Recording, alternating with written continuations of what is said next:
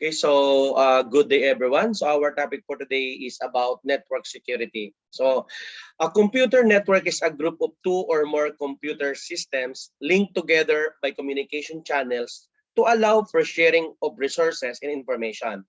So the devices on a network are called nodes, and nodes can be connected using any of various types of connecting media, including twisted pair, copper wire cable, optical fiber cable, coaxial cable, and radio waves. So in this lesson, you will you will learn how to understand and recognize common network types,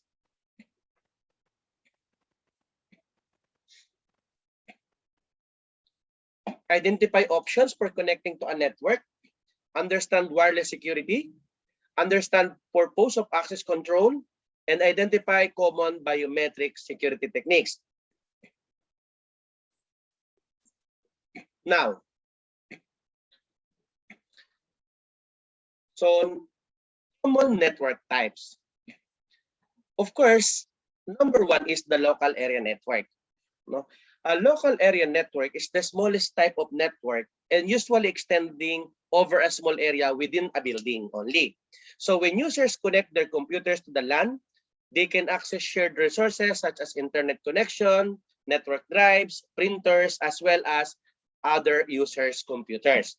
So when logging on to a local area network, users needs to input their username and password. So once authenticated, they are able to access the services on the network depending on the type of permissions assigned to their account. And this ensures that users are only able to access files, folders, and services that they are given rights to access. The next one, of course, is the wide area network. So wide area networks can extend over a large geographic area and are connected via the telephone network or radio waves. So many modern companies have offices, shops, or factories in various locations around the country, and for large corporations across the world.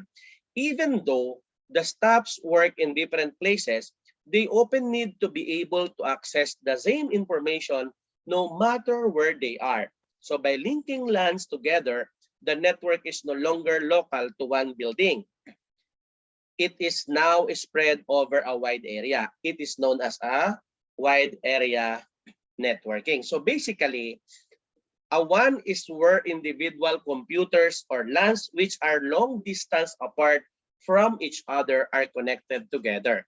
They generally will not share hardware or software, unlike a LAN. So the largest one in existence is the internet. Next will be the WLAN or wireless local area network. So a WLAN allows mobile users to connect to a local area network via wireless or radio connections. Now, it provides a link between two or more devices within a limited area such as an office, home, school, or office building. Another, of course, is the virtual private network. Okay, so when we say virtual private network, it allows user to access their private network over the internet. So user can access their shared network resources, printers, intranet sites, databases, and other services in their organizations remotely through an encrypted connection. And this allowed the user to send and receive data as if they were directly connected to the private network. So a VPN typically uses encrypted traffic and tunneling protocols to establish a virtual point-to-point connections between the user and the private network.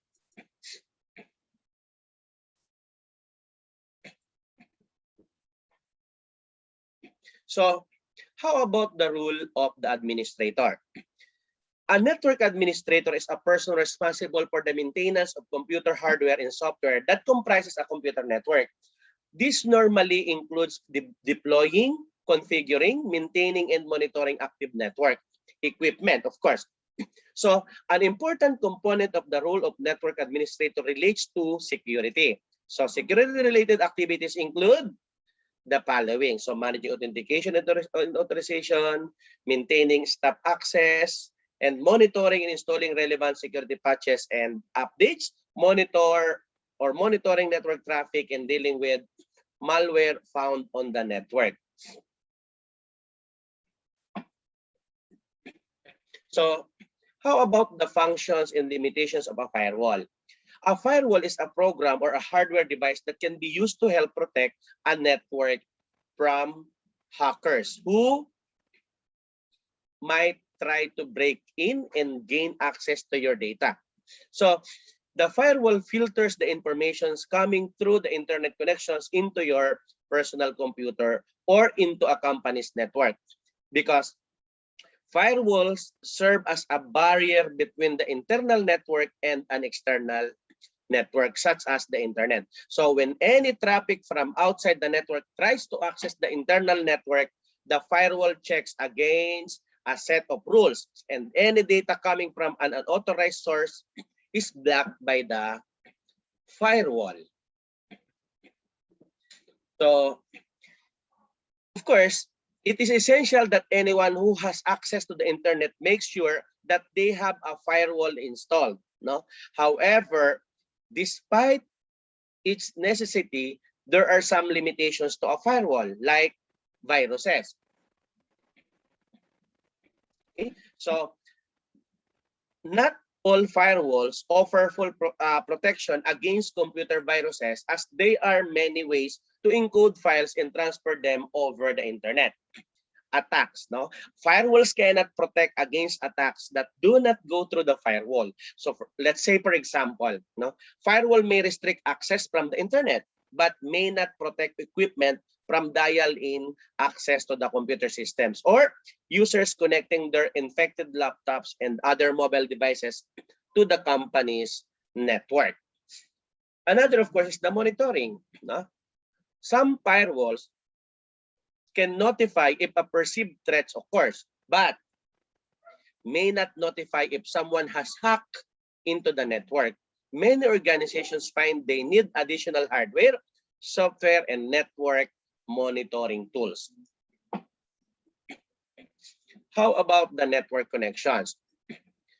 So option for connecting to a network include a cable connection, for example, using an Ethernet cable, a wireless connection, for example, using a laptop or mobile device.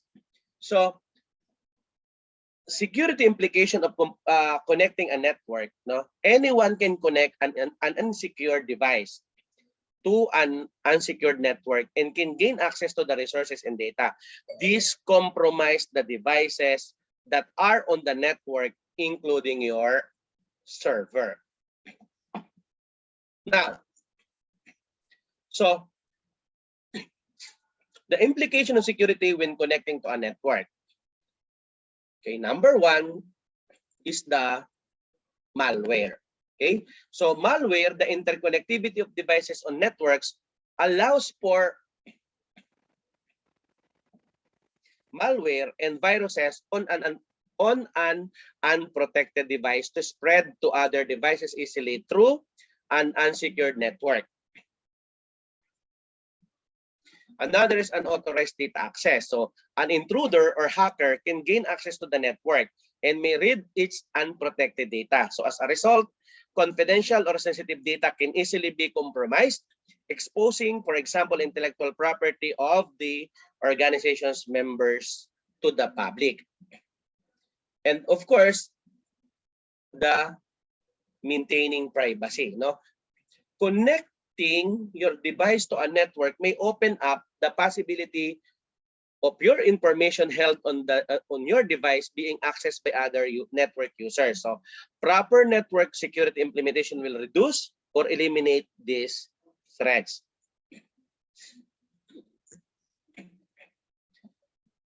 Wireless security. Wireless networks can be a convenient way to connect to the internet, especially with mobile devices like laptops, computers, or tablets. So when searching for available wireless networks, some connections are unsecured and other are secured networks. Unsecured networks do not require any form of authentication to connect any device to the wireless network, which can enable unrestricted access to other devices, data, and resources. So, wireless connections have the same security issues and hardwired connections. So, wireless connections, however, do not have the same physical restriction like hardwire connections, which requires two devices to be physically connected. So the types of wireless security, of course, wireless security is the prevention of authorized access or damage to computer using wireless networks. So if you use a network that is not security using wireless security techniques, then you run the risk of an eavesdropper accessing your private data. So the common types, of course, is the web, no? Wired equivalent privacy, no? So web is a type of security standard used by wireless network. So it is still used to support all devices. Again, for all devices only, but its use is no longer recommended because web uses a network key to encrypt information sent from one computer to another across a network. So it means to say that the encrypted information sent using this standard is relatively easy to crack. The next type of wireless security is the WPA, or Wi-Fi or Wireless Fidelity Protected Access. So WPA encrypts information that is exchanged between two connected devices, and it is also ensured that the network security key is not easily obtained. So WPA also authenticates users and only authorizes these authenticated users to connect to the wireless networks and exchange data with other devices on that network. Again, maybe you are also familiar with the two types of WPA authentications. So in our, for example, Smart Bro, we have WPA and WPA2. WPA, or Wi-Fi Protected Access, is designed to work with all wireless network adapters. On the other hand, WPA2 is more secure than WPA, but it might not work with older routers or access points and some older network adapters. That's why at present we have media access control, or MAC address filtering. So each network interface controller or network adapter has a unique 48-bit hardware identifier, or MAC address. So this value can be set into the allowed filter list of the wireless point security setting. Thus, only connection from this device is allowed. However, again, a hacker could set a valid address on his device to connect and gain access to the network. Also, it may be difficult to maintain a list of permitted MAC access or media access control. So connecting to wireless network. Okay. So if you have a device such as laptop, you can see a list of available wireless. So or wireless network. So and then connect to one of those networks. So no matter where you are, the wireless network appears only if your computer has a wireless network adapter installed in the adapter is turned on. So as you can see here, so this will be the process, no? Then a secured network actually requires a network security key or password.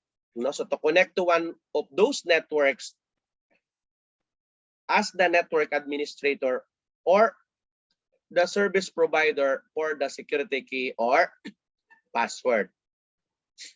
So the list of available wireless network indicates whether or not a network is secured. If you do not connect to an unsecured network, you need to be aware that someone may be able to access your activity, including the website you visit, the files you send and receive, and the username and password you use. So access control. So network account is needed for a user to access the network. So a user is assigned rights and permission together with the network account when the account is set up by a network administrator. This determines what the user can do on the network. The passwords, no? Passwords need to be set for all of the network's computer system because this helps ensure that only authorized users are able to access the computer system and network. Good password policies, which is too important. In order to protect computer systems from unauthorized usage and data theft, a good password policy must be put in place and continuously practiced by all users. So a good password policy should include the following guidelines. Number one, always use complex password of at least 8 to 12 characters length, which include upper and lower case, numbers, and special characters. Number two, avoid words found in the dictionary.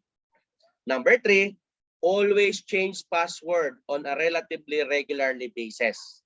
For example, weekly every Saturday, or twice a week every Friday, or once a month. No? Avoid using password that include your personal information such as your name, birth date, or your spouse name, boyfriend or girlfriend name.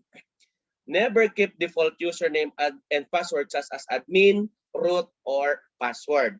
Always consider using a password manager software instead of, for example, writing down password on sticky notes. No, do not use the same password for different services.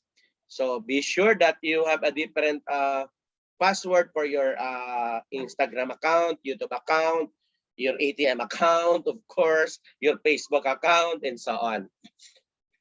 And do not divulge or share your password with anyone. Biometric security techniques, no? At present, no? Biometric authentication is a security method used to protect physical and digital data.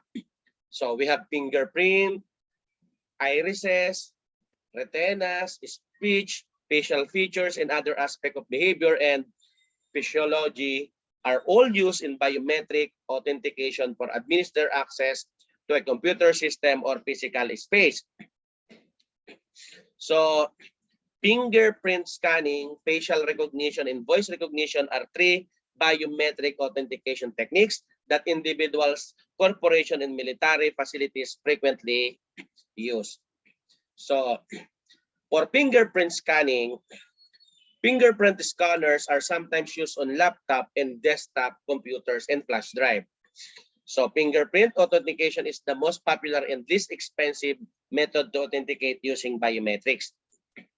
So fingerprint readers or scanners record a unique series of lines, words, and arcs that make up your fingerprint, allowing only prints with a statistically significant match to log onto a system or network.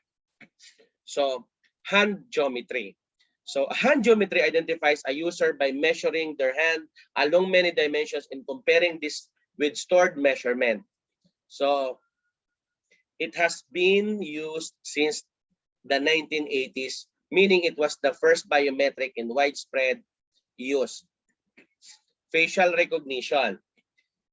Facial recognition authentication is a security technique that records and measures your facial features, such as the distance between your eyes, the height of your cheekbones, and additional characteristics. Facial recognition system can offer a heightened level of security only if the template image is effectively captured. No? For this reason, if you use facial recognition security software, be sure that template images are created using proper lighting and focus.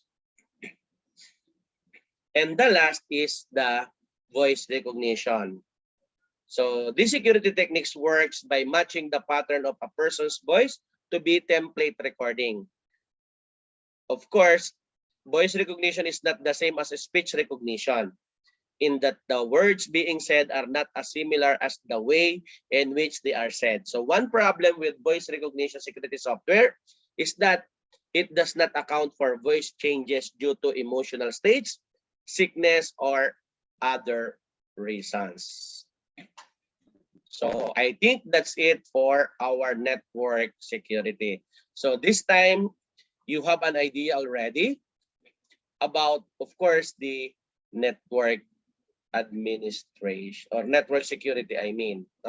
So this time, you will be able to understand and recognize the common network types. You are now familiar with how to connect to a network, wireless security, purpose of access control, and the common biometric security techniques. So that's it, and thank you.